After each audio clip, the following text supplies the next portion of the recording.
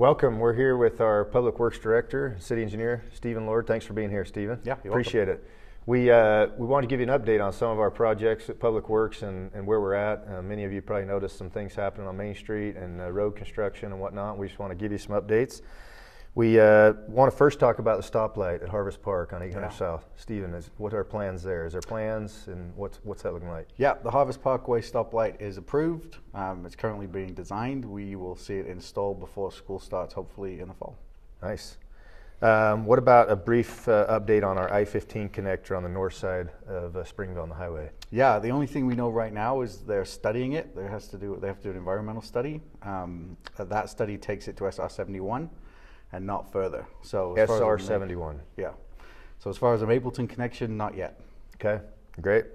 What about update on our road plans that we introduced last year? What can you tell us about timing of roads and different things? Yeah, so we still have that comprehensive plan. It's a 40-year plan for road maintenance, which is pretty unprecedented. That's not really done.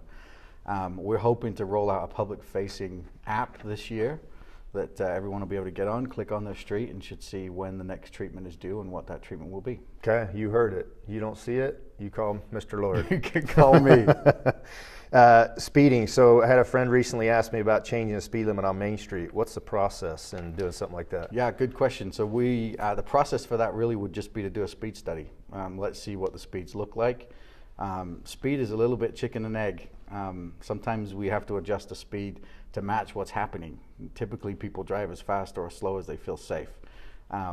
So we'll take a look at Main Street and we'll see what the speed limits the speeds look like from the study. Okay, you heard it. Speed study's the way. All right, the next is what about our road projects that we have coming this summer that are going to be heavy on Highway 89, Main Street, Maple Street? Give us an update there, what to expect. Yeah, Maple Street is the big one. UDOT's going to come in and do an overlay project. Right now we're putting a PI trunk line down Maple Street, so that's why it's all torn up. That's in anticipation of this overlay. Yeah, we rushed it in there so that we could do it before UDOT came in and overlaid it. So when we're out of there, nice new brand new surface plus a PI trunk line in there. Excellent. And that'll go from Highway 89 on Maple to Main. Correct. Okay, good. That's exciting. So what about our people are asking still, we've had lots of conversation, we've done lots of studies. When will PI be available in my area? What can we tell them right now? Yeah, so we have a water resources master plan, which is on the website. And it lines out the projects for the next 6 years and then up to 10 years and then projects into the future. But of course, it's all dependent on funding. If we can find some extra money to do things quicker, we will. If not, then we'll try to follow the plan. Okay, excellent. What about the thought behind, there's lots of thoughts behind water conservation and different things and us using culinary water versus PI water. Give us a quick rundown on that. What should we be looking for? What's important to us as a community and the future? Conservation is important. That's always important. Water is a finite resource. There's a lot of competition for water. We're in good shape for water. Part of our development review is that we require developers to come in and bring water with them to dedicate to the city. So we're not going to run out? No, as long as we continue with that, then development and water will come at the same time. Excellent.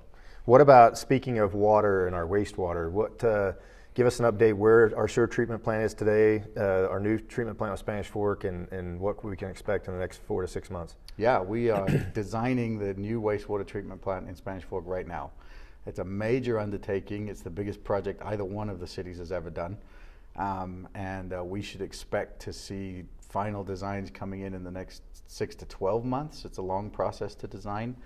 And then they'll break ground, and we're hoping 2026 the plant will be open, operational, and excellent. Really good. Okay, thanks to our good neighbors at Spanish Fork. We're leveraging them and got their help, so that's good. Good partnership there. Yes, awesome. All right, well with that, maybe one other thing about our water is we've had some people say when I turn my tap on, my water could be a different color. Is there anything you have to update regarding that? Sure. Yeah, we did a water quality study a couple of years ago, master plan, which included some projects to help us with some water quality, some filtration and chlorination and things like that. We're implementing that plan right now.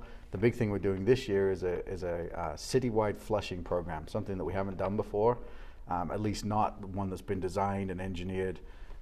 So especially right now, we're going to probably see some more of those calls. But the water isn't bad. It's just a little bit of sediment that's in the lines. Once you flush it through your faucet, it cleans up and everything's good. Awesome. Well, there you heard it from Mr. Lord himself. We are taking care of our resources and moving forward. And as you heard from him today, that everything's being designed, engineered properly so that we're looking into the long-term future of our city and making sure that we're in a good spot, not just today, but in the long-term future. So thanks a lot. Appreciate it, Stephen. No problem.